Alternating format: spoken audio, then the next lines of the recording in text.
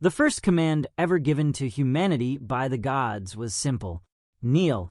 It echoed through the star temple like a law older than matter itself, carried by 1,000 harmonic voices that bent the air, trembled through bone, and made entire species collapse to their knees before they understood they had moved. Above them, a dying blue sun hung inside a ring of impossible machinery, its surface writhing in slow motion, frozen at the edge of collapse by the will of the radiant beings who called themselves the Aurelian Choir. Their bodies shone like living constellations. Their faces were smooth masks of light. Their wings were not flesh, but flowing blades of golden plasma that opened behind them like scripture written in fire. Every civilization in the chamber obeyed. The stone-skinned Varric pressed their foreheads to the floor. The silver-blooded then folded all 6 arms in prayer. The glass-eyed Oru whispered ancient hymns through trembling mouths. Even the warrior clans of Kel, who had once burned planets rather than surrender, bowed without hesitation. They had all seen what the choir could do. They had watched suns reignite at a gesture, oceans rise into the sky, moons split open like fruit, and entire rebel fleets vanish inside pillars of white light. To them, divinity was not belief. It was evidence. But humanity did not kneel. Dr. Marave stood alone at the center of the human delegation, a small woman in a dark, diplomatic coat, beneath a ceiling large enough to contain weather.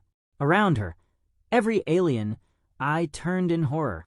The human soldiers beside her tensed, not because they expected to survive, but because instinct had already decided they would die standing.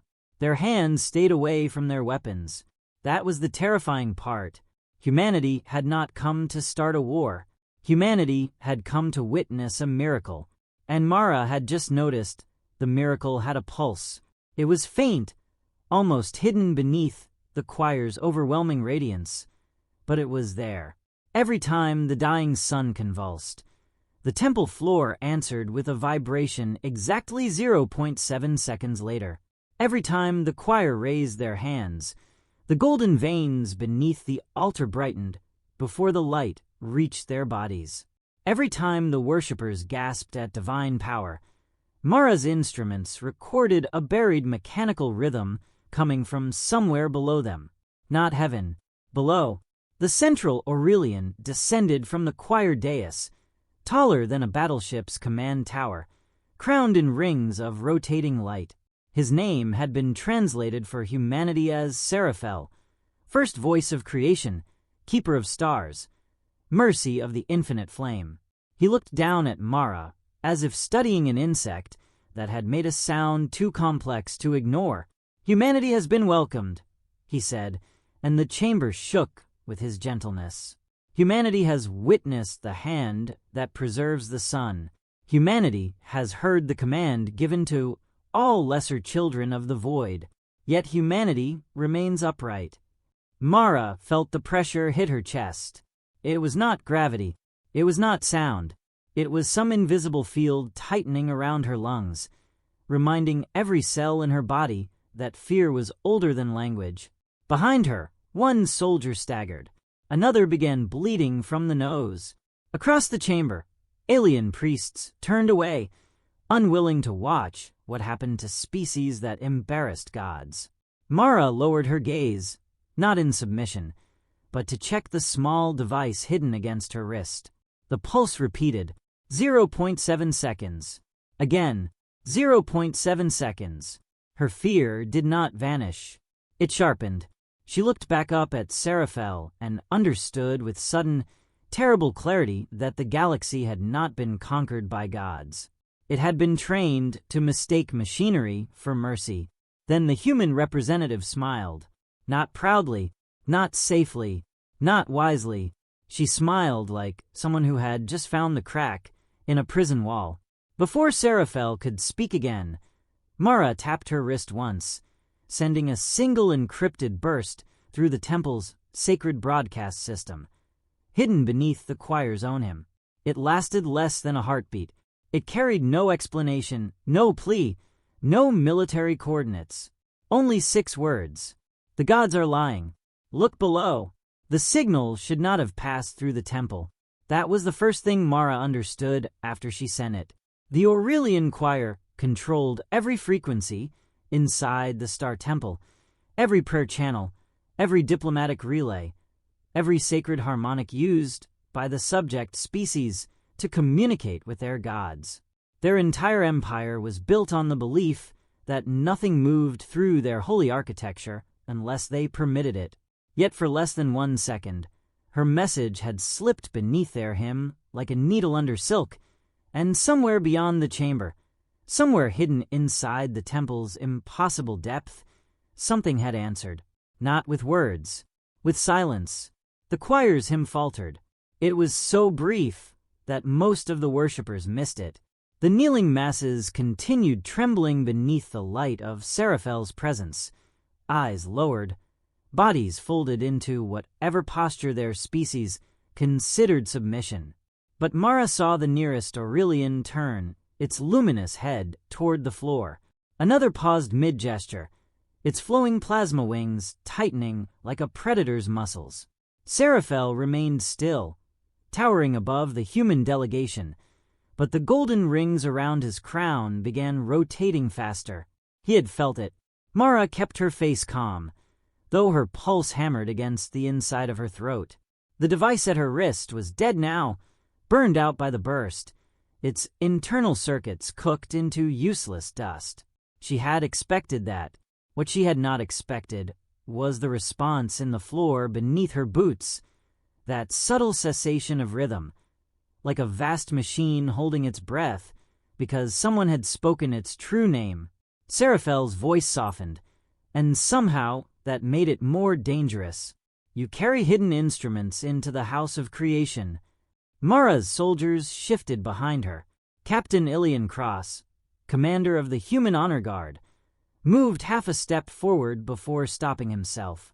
He was a broad-shouldered veteran of the Outer Colony Wars, a man who had once held a collapsing airlock shut with one arm long enough for 17 civilians to escape.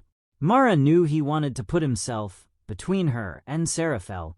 She also knew it would mean nothing. Against a being worshipped by half the known galaxy, human courage looked absurd, but that had always been humanity's oldest weapon. Mara lifted her wrist slowly, showing the dead device. "A translator backup," she said. "Your temple overwhelmed our systems." A ripple of horror moved through the alien delegations. The lie was obvious, not because it was poorly delivered, but because no one lied to the choir in the open. For thousands of years, entire species had survived by learning the safest kind of fear, the kind that made truth smaller before power. Mara felt that fear pressing from every direction, begging her to stop standing out, stop making sound, stop reminding the gods that humans were there. Seraphel extended one radiant hand. The dead device tore itself from Mara's sleeve and flew into his palm. He did not touch it with fingers. Light passed through it, peeling it apart in layers, exposing circuits, memory fragments, microscopic human engineering. Mara watched his expressionless face, searching for anger, surprise, amusement, anything human enough to read. There was nothing. Then Seraphel closed his hand, and the device became a spark of ash. "Humanity is young," he said. "Youth often mistakes curiosity for wisdom." The pressure around Mara's lungs tightened again. This time, she felt something beneath it, not physical force alone, but a designed intimacy, a field tuned to biological panic. It did not merely threaten the body, it encouraged the mind to surrender first. Around her, 2 younger human diplomats dropped to one knee, gasping, their eyes wide with shame as they fought their own nervous systems. Cross remained standing, but blood slipped from one ear. Mara's knees trembled. She could kneel now, and every species in the chamber would understand. They would call it mercy. They would tell themselves the humans had simply learned what everyone learned eventually. Instead, Mara took one careful breath. "I am young," she said. That is why I still ask questions. The silence that followed was enormous. For the first time since humanity had entered the Star Temple, something like uncertainty moved through the worshippers. It did not become rebellion. It did not become hope. It was too small for that, too fragile, too dangerous to name. But faces lifted. A few alien priests looked not at Seraphel, but at Mara, not with trust, not yet, with disbelief that a creature so obviously breakable could continue refusing the shape power demanded from it. Seraphel lowered his hand. Then you will be educated. The light around the human delegation changed. It did not flash or strike. It simply folded inward, separating Mara from the others as if the air had become glass. Cross lunged for her, and his hand slammed against an invisible barrier with enough force to break skin across his knuckles. The soldiers shouted. The diplomats screamed. Mara heard none of it clearly.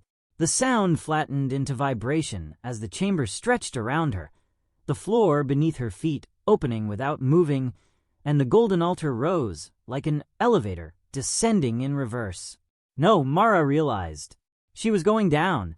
The worship chamber vanished above her, replaced by walls of translucent stone shot through with rivers of light.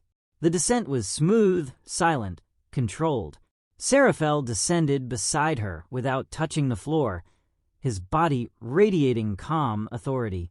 Mara forced herself not to stare at the walls too openly, but every instinct in her scientific mind was starving for detail. The material was not stone. It was layered computation, a living archive, a machine pretending to be architecture. Symbols moved under its surface like trapped fish, and beneath the beauty, the pulse continued. 0.7 seconds. Then silence. 0.7 seconds. Then silence. The same rhythm as the miracle. You are not being punished, Seraphel said. You are being honored. Few primitives are permitted beneath the public sanctum. Primitives usually kneel faster, Mara said. A faint brightness passed through his face. Perhaps amusement, perhaps warning. Most primitives understand survival. Mara looked at the passing walls. Humans understand survival better than worship. That was when the elevator stopped. The chamber beyond was not a prison. That made it worse. It was luxurious, wide, filled with soft light and floating silver platforms, with a wall-sized window looking directly into the dying blue sun. Any species in the galaxy would have mistaken it for a holy guest chamber, a place of revelation and blessing. But Mara noticed the exits first. No handles, no seams, no shadows wide enough to hide in. Even the air smelled too clean, filtered until it felt stripped of history.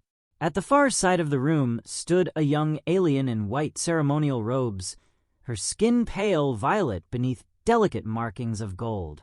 She had 4 narrow eyes, all lowered in practiced reverence, and long silver tendrils braided around her shoulders like living hair. Mara recognized her species from the pre-contact files. The Alari, one of the first civilizations recorded worshipping the choir. Their temples had existed before humanity discovered agriculture. This is Nira, Seraphel said. She will attend you while you learn humility. The young priestess bowed deeply. It is my joy to serve the voices of creation. But her voice cracked on the word joy. Mara heard it. So did Seraphel.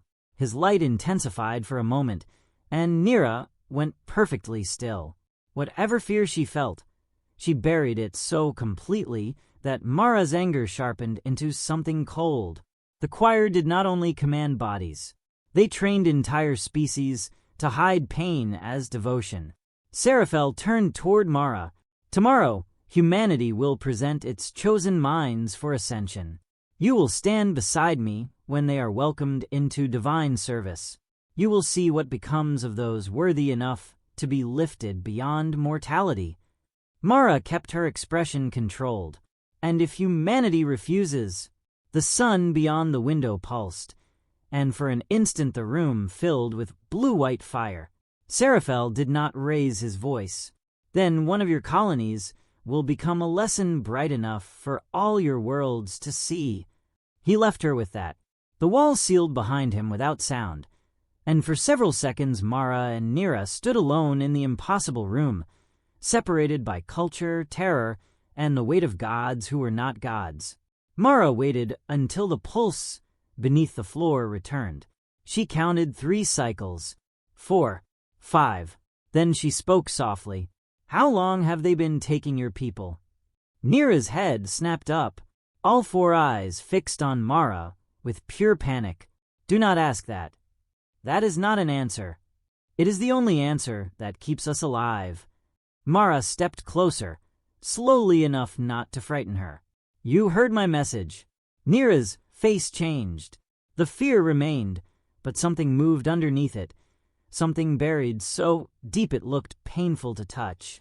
She glanced toward the seamless walls, toward the holy light, toward the sun that should have been dying but was not allowed to die. When she spoke again, her voice was barely more than breath. "I heard something before your message." Mara went still. Nira swallowed, and for the first time, her reverence cracked wide enough to reveal the person trapped beneath it. "From below the temple," she whispered. "Voices. Thousands of them. They pray for death every time the gods perform a miracle." Mara did not ask Nira to repeat it, because the words had already changed the room. The star outside still burned in its impossible pause. Blue fire caught between death and obedience, but the chamber no longer felt like a place built to honor divinity. It felt like the mouth of something enormous, swallowing screams before they could become sound.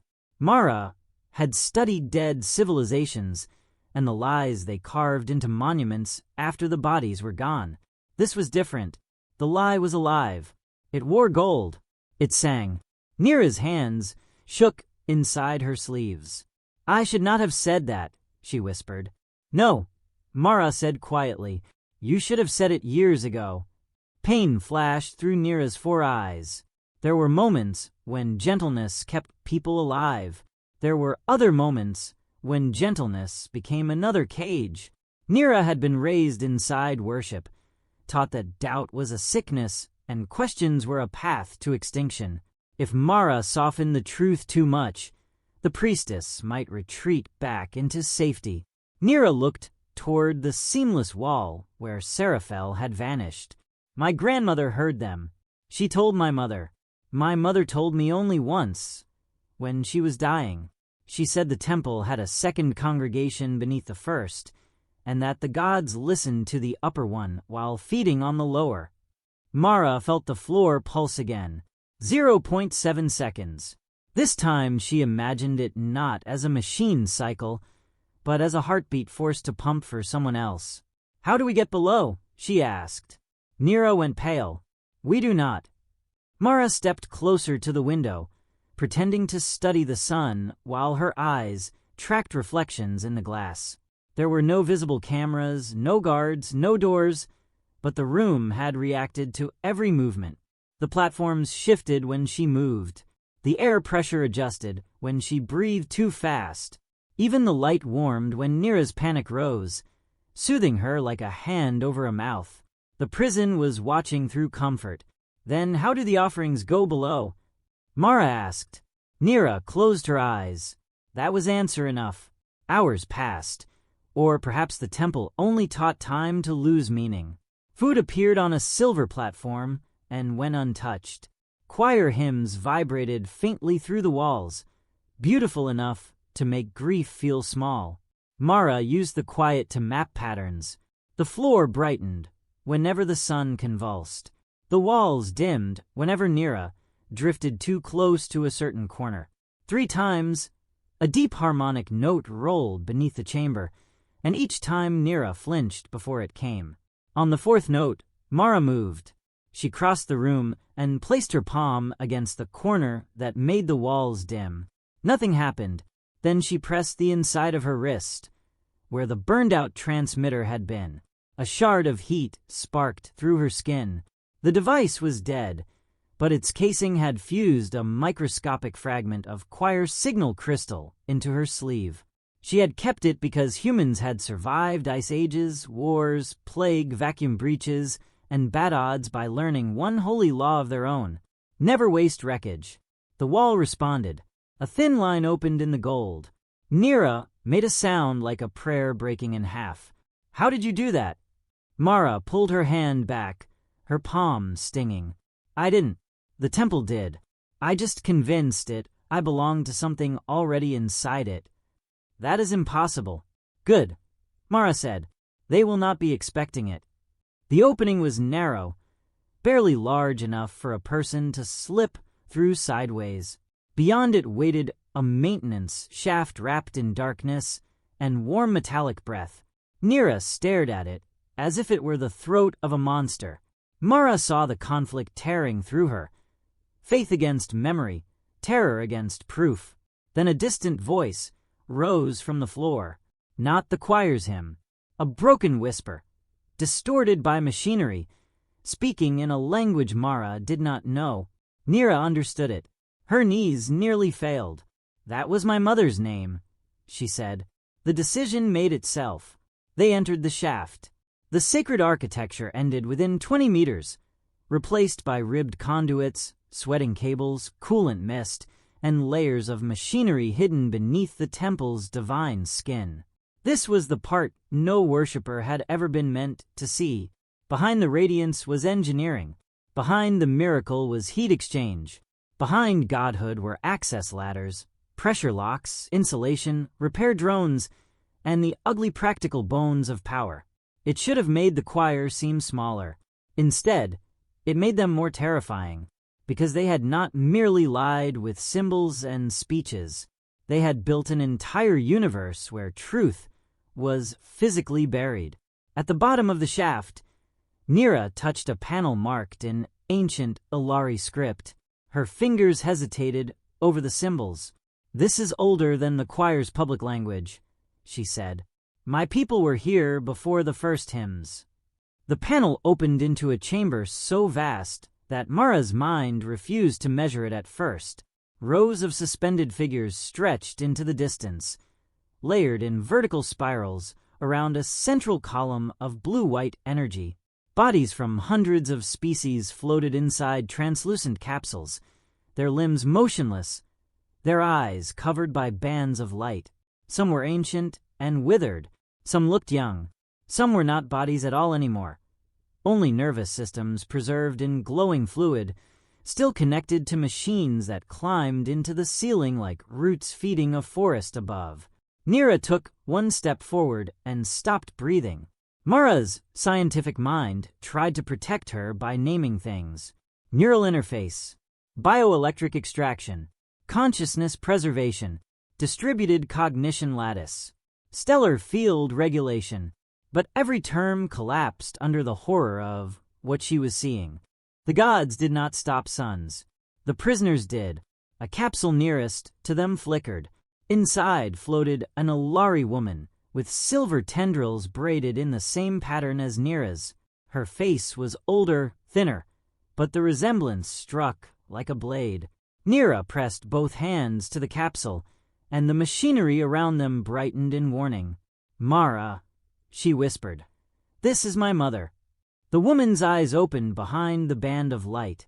Every machine in the chamber stopped for one impossible second. Then the prisoner spoke through 1,000 speakers at once, her voice layered with countless others, weak and furious and awake.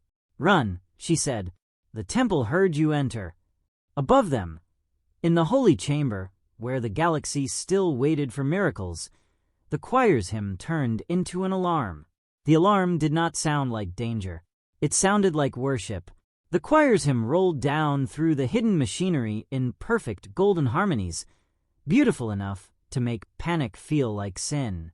Lights awakened across the prisoner chamber in long, vertical rows, capsule after capsule glowing brighter as the stolen minds were forced back into deeper connection. The suspended bodies convulsed without moving, their screams translated into power, their pain refined into stability for the dying sun above. Mara understood the system in one brutal instant. The alarm was not warning the temple of intruders. It was making the prisoners work harder. Nira slammed her hands against her mother's capsule. "Stop it. Please, stop it." The Ilari woman's eyes flickered beneath the band of light. Her mouth opened, but the voice that came out was no longer hers alone. "Daughter of the lower prayer, you should not have come."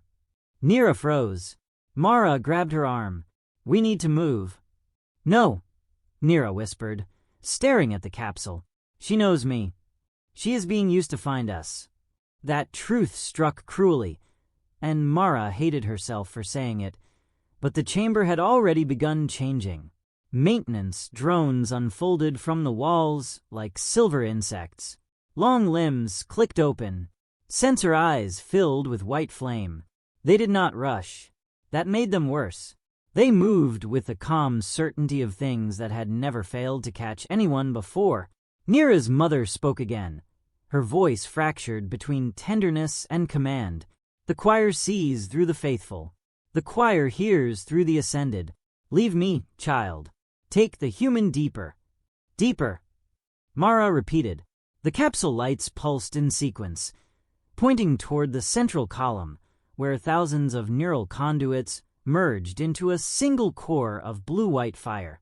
For a heartbeat, Mara saw shapes inside the light, not bodies, not faces, but impressions of minds pressed together under impossible strain. The choir had not built a machine powered by prisoners. They had built a prison that had learned to think. A drone launched itself at them. Captain Cross would have shot it. Mara had no weapon. Nira had no training. So Mara did what humans did when caught between terror and physics. She used the room against itself. She yanked a coolant tube from the nearest junction, twisting hard until pressure screamed through the pipe. Freezing vapor exploded outward, coating the drone's sensor cluster. It staggered midair. Nira seized a fallen ceremonial blade from a dead maintenance altar and drove it through the drone's exposed underside. The machine crashed at their feet, legs twitching. Nira stared at the blade in her hands, horrified by what she had done. Mara pulled her onward. Faith can tremble later. They ran along the narrow service path, circling the prisoner spirals. Above them, the hymn intensified. Below them, the central column began to brighten, sending waves of heat through the chamber. The dying sun outside the temple answered with a violent pulse that shook the entire structure. Somewhere far above, the galaxy would be watching the miracle continue, never knowing that every divine note was being wrung from bodies hidden under their knees. Then Seraphel appeared in the path ahead. He did not arrive through a door. Light gathered, folded, and became him. His crown rings rotated slowly now, no longer serene but deliberate, like blades deciding where to fall. Behind him stood two lesser Aurelians, their wings drawn tight, their faces unreadable. The drone stopped moving. The prisoners dimmed. Even the machine seemed afraid of him. "Marave," Seraphel said. "You were offered education. You chose desecration." Mara forced herself to stand straight, though every nerve in her body screamed at her to step back. This is not a temple. It is a slaughterhouse with hymns.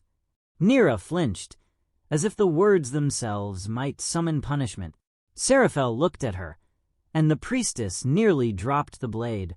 "Child," he said gently, "you have been confused by a species that mistakes defiance for virtue. Return to devotion. Your mother was honored.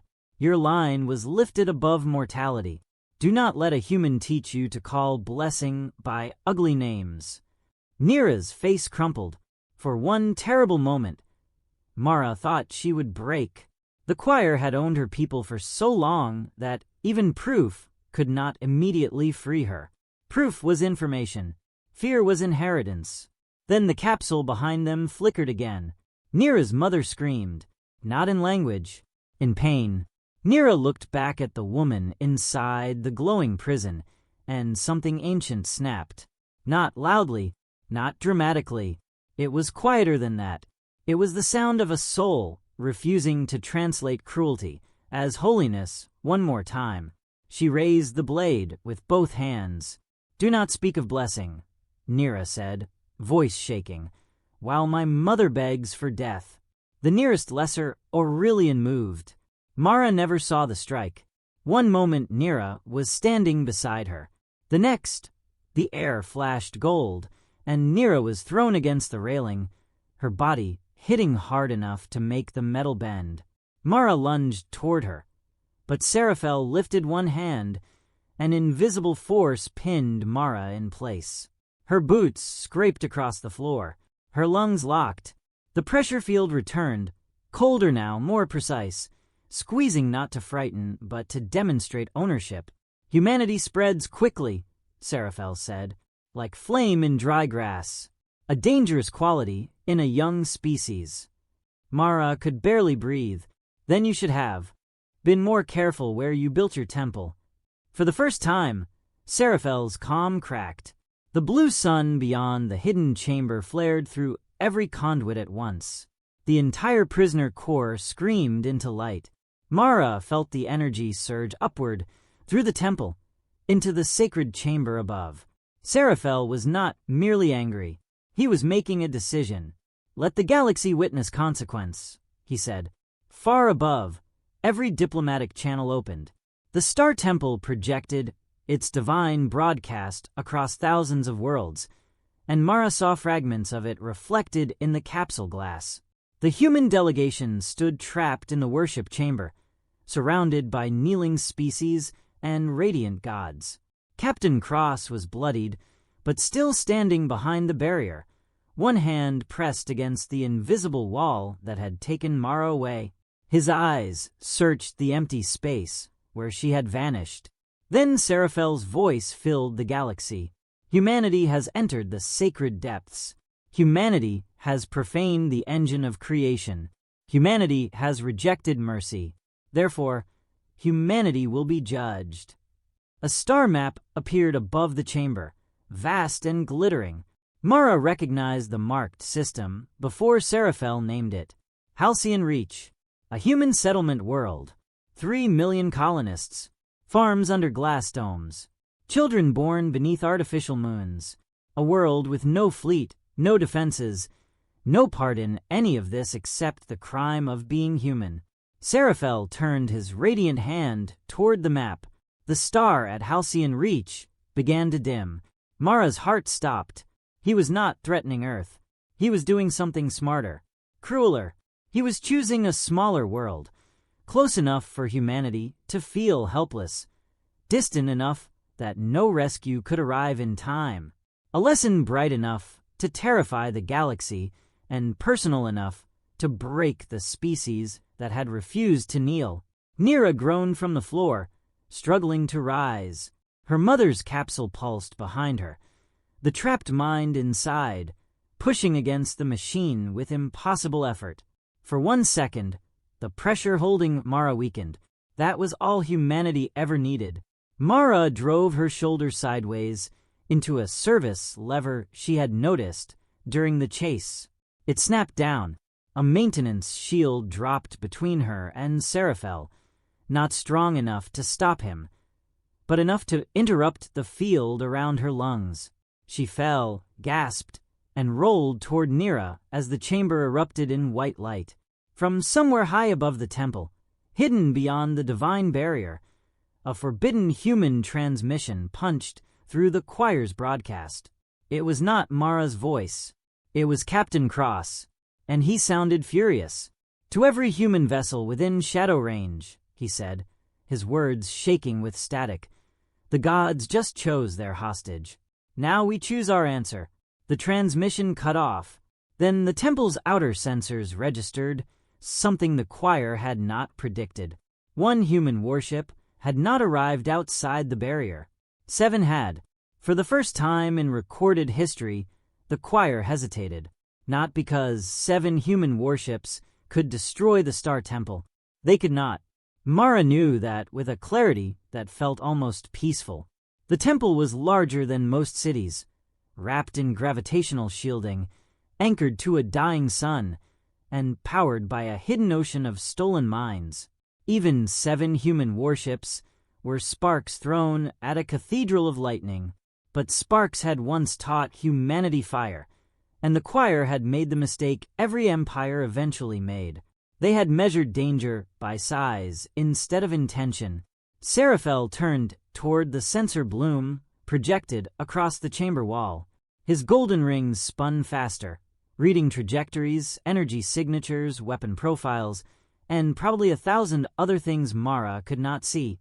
The newly arrived vessels had emerged in a wide formation beyond the divine barrier, not charging, not firing, not even trying to break through.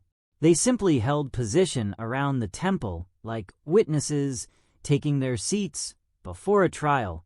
Nira dragged herself upright beside Mara, one arm pressed against her ribs. "They cannot enter," she whispered. "The barrier rejects all hostile matter." Mara stared at the ships, 7 dark silhouettes against the blue-white violence of the captive star. They were not moving like an attack force. They were arranged like transmitters. "They are not trying to enter," Mara said. Above them, Seraphel understood a second later. The divine broadcast system, still open across thousands of worlds to display humanity's punishment, suddenly flooded with human signal architecture. Not one message, not one voice, millions of fragments, scientific diagrams, temple scans, pulse records, stellar manipulation models, neural extraction maps, ancient choir hymns cross-matched against machine cycles. Every scrap Mara had stolen, every tremor she had measured, every hidden rhythm she had marked from the moment she refused to kneel, all of it was being fired through the choir's own sacred channels. The humans had not come to fight the gods. They had come to make the gods explain themselves. Seraphel raised his hand, and the chamber shook as the choir tried to sever the broadcast. Entire bands of light snapped out. Prayer channels collapsed into static. Worlds went dark across the map, but each human ship shifted position and restored a new stream through a different harmonic gap. They were using the temple's barrier against it, bouncing data along the same resonance field that kept their weapons out. Every blocked frequency became a mirror. Every divine defense became another mouth for the truth. Mara laughed once, breathless and stunned. Seraphel looked at her. There was no gentleness in him now. "Your species," he said, "infects everything it touches." "No," Mara said, gripping Nira's shoulder as she stood. "We investigate." In the worship chamber above, the first reaction was not rebellion. It was denial. The kneeling species looked up at the storm of information raining through the holy air and refused to understand it. Priests covered their eyes. Elders screamed for the hymns to drown it out. Generals ordered their soldiers not to watch. The truth had arrived too fast, too ugly, too impossible. It is one thing to suspect your gods are cruel. It is another to be shown the pipes beneath heaven. Then the first alien engineer spoke. Mara did not know his name. He was then silver-blooded and shaking, with 6 trembling arms raised toward the projection. His voice cut through the prayer channel from somewhere on a mining moon 3 systems away. "That is not divine geometry," he said. "That is load distribution." Another voice followed, older, rougher, belonging to a Varick stoneworker from a world that had served the choir for 8 centuries. "The altar veins are conduits. We use similar channels in deep core furnaces." Then another, then 10, then hundreds. The galaxy did not believe humanity all at once. It began in the minds of those who built, repaired, measured, calculated, and doubted quietly, while others prayed loudly. Mechanics, navigators, failed priests, enslaved technicians, children who had always asked why miracles needed maintenance crews. Across 1,000 worlds, the smallest people in the Empire became the first cracks in the largest lie. Seraphel's light surged, and Mara felt the floor beneath them burn hot. Enough. The prisoner core responded to his command. Capsules brightened, bodies arched inside transparent shells. The central column roared upward, forcing power into the temple's communication spine. Seraphel was not trying to block the truth now. He was going to bury it beneath revelation. One miracle, large enough and terrifying enough, could still save the illusion. If fear became overwhelming, belief would crawl back into its cage. The star outside the temple began to move, not flare, not pulse, move. A ribbon of blue fire lifted from its surface, drawn upward by the choir's machinery, like an ocean tide obeying a hidden moon. The worship chamber filled with screams as the temple showed every world the same image. Seraphel standing before the sun, one hand raised, dragging stellar plasma into the shape of a burning crown. It was magnificent. It was impossible. It was exactly the kind of miracle that had enslaved civilizations for generations. And beneath Mara's feet, prisoners screamed it into existence. Nira heard them before Mara did. The young priestess staggered toward her mother's capsule, pressing her hands against the glass as the Ilari woman convulsed inside. They are killing them faster.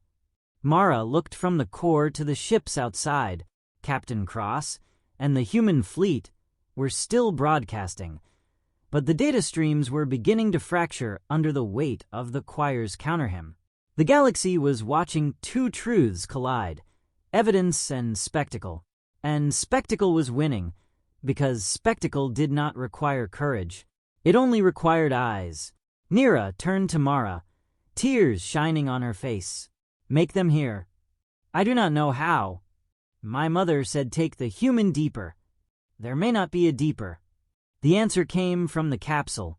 Nira's mother opened her eyes fully, and for one instant the band of light across them cracked.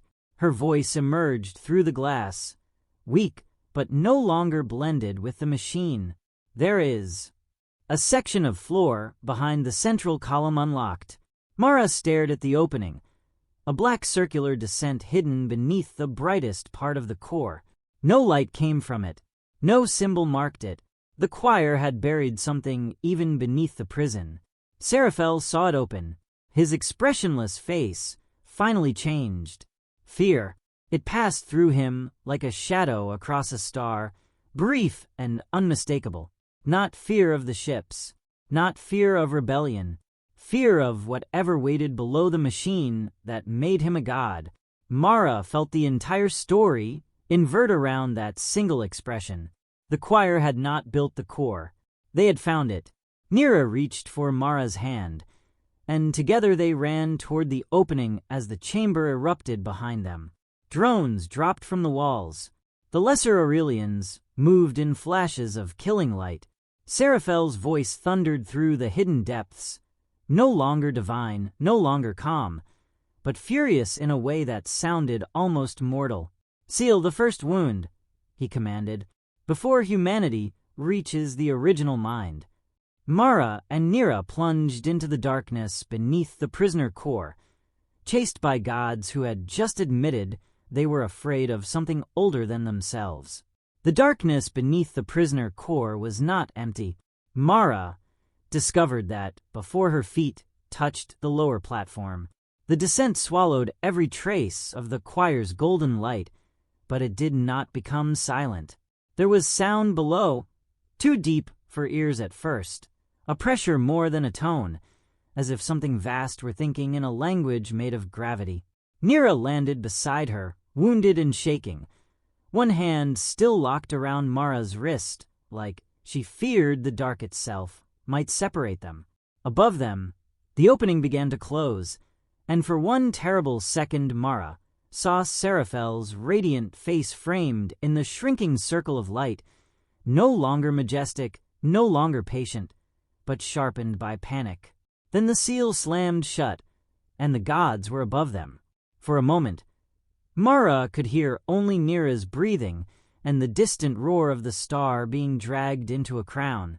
The floor beneath them was not metal, not stone, and not the luminous architecture of the temple.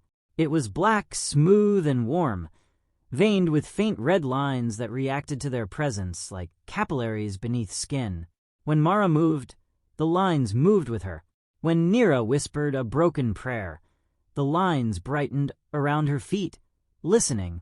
"This place is older," Nira said. Mara crouched and touched the floor. The surface answered with a pulse that shot up her arm, not painful, but intimate, like being recognized by something that had no reason to know her. Images flashed behind her eyes, so fast she almost fell. 1,000 suns chained in a circle, a civilization without bodies, a wound in space shaped like an eye, and millions of voices asking the same question in different languages. Who taught the first god to lie? Mara pulled her hand back, gasping. Nira caught her. "What did you see?" "Not a machine," Mara said, though the words felt too small. "A memory." The chamber ahead awakened. Red lines spread across the dark, like dawn under ice, revealing a vast circular vault beneath the entire star temple. At its center hung a sphere of black glass larger than a human city block, suspended by nothing, covered in hair-thin cracks that glowed from within. Around it were ancient platforms, broken control arches, and symbols that did not belong to the choir, the Ilari, or any language Mara had ever seen. The choir's glorious temple had been built on top of a ruin. Their empire had been standing on a secret grave. Every capsule above them began speaking at once through the temple broadcast. Some voices begged, some cursed, some called names that had been dead for centuries. Some recited last memories, fragments of home, fragments of songs, fragments of final moments before ascension became captivity. Across thousands of worlds, worshippers heard their ancestors not as divine servants, but as victims. The sacred chamber erupted into chaos. Priests tore off ceremonial masks. Soldiers lowered their weapons in confusion. Engineers shouted over open channels that the human evidence was real. And still, Seraphel smiled, because the stellar crown was almost complete beyond the temple walls. The dying blue sun twisted under the choir's control, its lifted fire forming a ring large enough to swallow a moon. If Seraphel released it toward Halcyon Reach through the temple's transmission lattice, the colony star would collapse into darkness within minutes. 3 million humans would freeze beneath artificial skies, while the galaxy watched what happened to species that exposed gods. Captain Cross's voice returned through Mara's implant, broken by static and battle alarms. "Mara, whatever you did, the galaxy heard it, but the choir is still charging the strike. We cannot stop it from outside. The barrier is feeding on our weapons." Mara tried to answer, but the original mind held her inside its storm. It was showing her the lattice, not as machinery, but as choice. 3 paths burned before her. The first was destruction. Shatter the core, collapse the temple, kill the prisoners, stop the strike. The second was submission. Let Seraphel finish the crown, preserve the prisoners, lose Halcyon Reach, and watch fear rebuild the choir's empire. The third was incomplete, flickering in the dark like a bridge made of breath. Mara reached for it and nearly died. The original mind pushed back with a force so immense she tasted blood. It was not refusing her. It was warning her. The third path required the prisoners to act together, not as fuel, not as victims, but as minds choosing their own pain. The lattice could be reversed for one broadcast. Every chained consciousness could speak through the stellar crown itself, not merely across communication channels, but through the same energy Seraphel intended to use as divine wrath. The galaxy would not just hear the truth, it would feel it, but the cost was monstrous. The prisoners would have to remain conscious during the reversal. Every memory stolen from them would ignite at once. Every body in every capsule might burn out. Nira's mother might die. Thousands might die, perhaps all of them. The original mind could open the door, but it would not force a single prisoner through it. That was the difference between humanity and gods. Mara tore herself free from the sphere enough to look at Nira. The priestess was standing between two Aurelians and the core access bridge, holding her ceremonial blade with both hands. She was wounded, trembling, terrified, and utterly changed. The girl who had once lowered her eyes when God spoke now stood in their path, daring immortal liars to step around her. "Nira," Mara said, her voice raw, "I need them to choose." Nira understood before Mara explained. Horror opened across her face. Her gaze lifted toward the unseen capsules above, toward the mother she had found only to risk losing again. Seraphel heard it too. "No," he said, and the word was not a command this time. It was fear. He lunged toward Mara. Nira threw herself into his path. The impact lit the vault like a star being born. Nira's blade shattered against Seraphel's radiant field, but the seconds she stole were enough. Mara pressed both hands back to the original mind and opened every channel the choir had ever used for prayer. Her voice did not boom. It did not pretend to be divine. It entered the prisoner core as a human voice, shaking, wounded, honest. "You were taken without choice," Mara said. "I will not use you the same way. Seraphel is about to murder a human world and rebuild his lie with their deaths. There is a way to stop him, but it must be yours. Not mine, not humanity's. Yours." For a moment, nothing answered. Then one voice came through the core. Nira's mother. "Daughter," she whispered. Nira, pinned beneath Seraphel's light, lifted her head with tears streaming down her face. "I am here," she said. The Ilari woman's voice steadied, and behind it rose thousands more, fragile at first, then growing into something no hymn could contain. "We choose," they said. The stellar crown turned white. Seraphel screamed, not in rage now, but in terror, as the power he had gathered for punishment began filling with the memories of everyone he had buried. Outside the temple, across every world that had ever knelt, the sky opened with stolen lives. And inside the vault, Mara realized too late that the reversal was not aiming at the galaxy first. It was aiming through her. Mara became the door. The reversal tore through her body with the force of a star, trying to remember every hand that had ever been burned by it. She did not see the vault anymore. She saw lives, not as records, not as data, not as evidence arranged for a court, but as living fragments flooding through her with unbearable intimacy. A Varic child offering a carved stone to the sky before being chosen for ascension. A then engineer smiling proudly as priests placed silver bands around his wrists. An Ilari mother touching her daughter's forehead one last time, pretending not to be afraid, because devotion was the only language her people were allowed to survive in. Then came the moment after.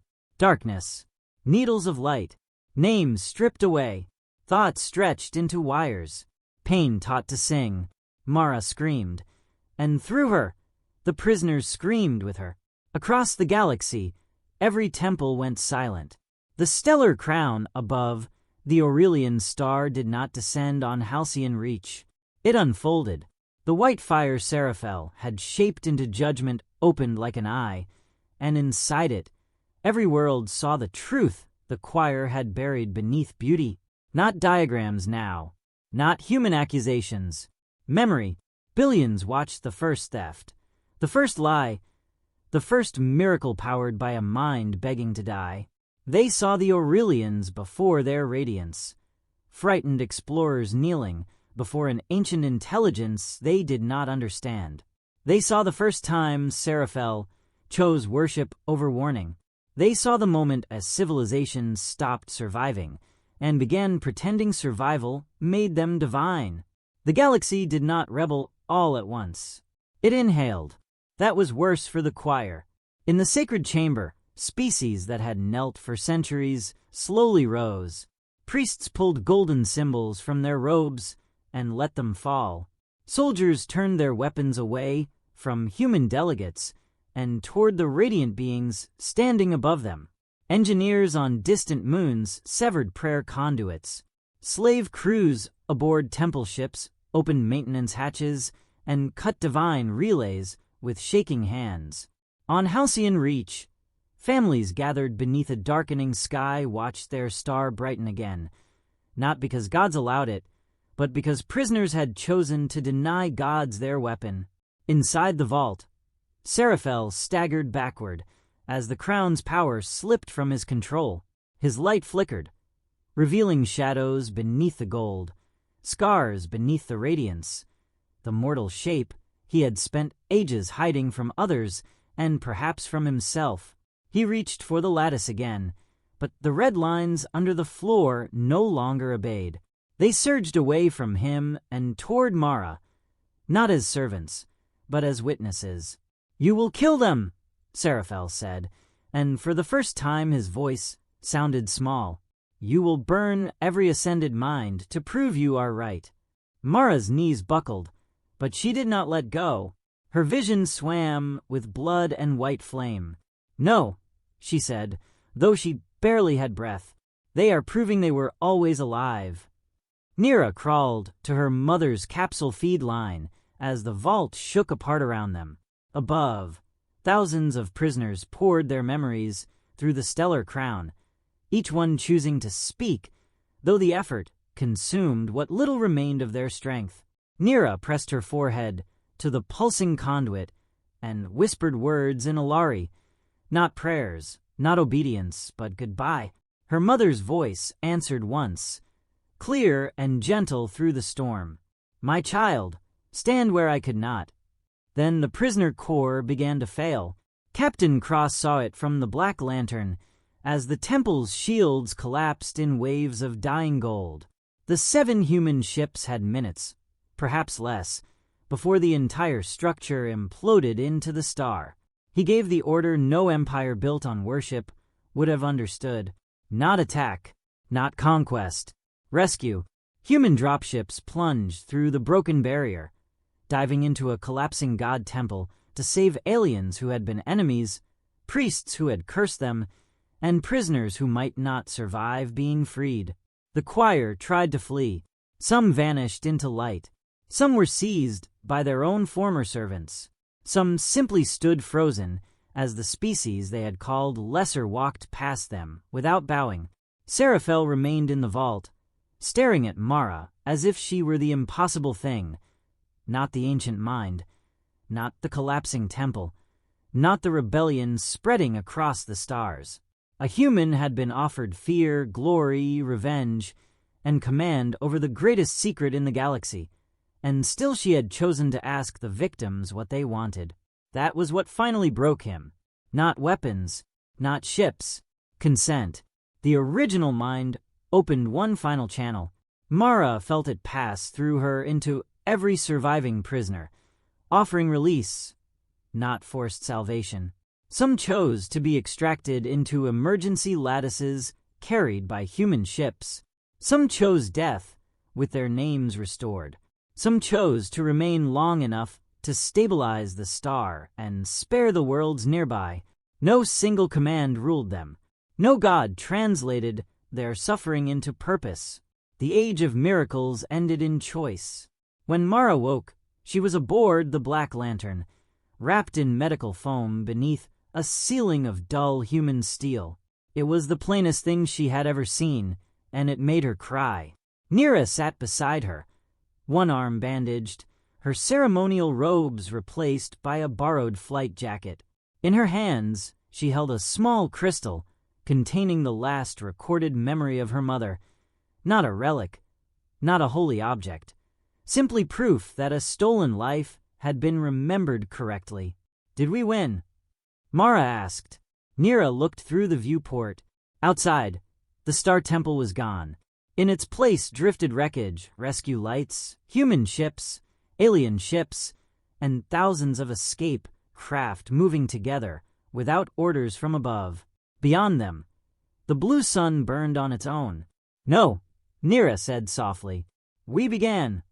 Weeks later, across the galaxy, no statues of humanity were raised by human demand. No throne was offered. No empire replaced the choir. Instead, the first free assembly gathered in the shadow of the ruined temple, built from ships of 53 species that had once knelt in the same chamber. Mara stood before them with a scar across her palm where the original mind had marked her, and she spoke only one law into the new age. No being will ever again be called divine, because others are forced to suffer beneath them. The vote was not unanimous. Freedom never was. Some feared disorder. Some wanted revenge.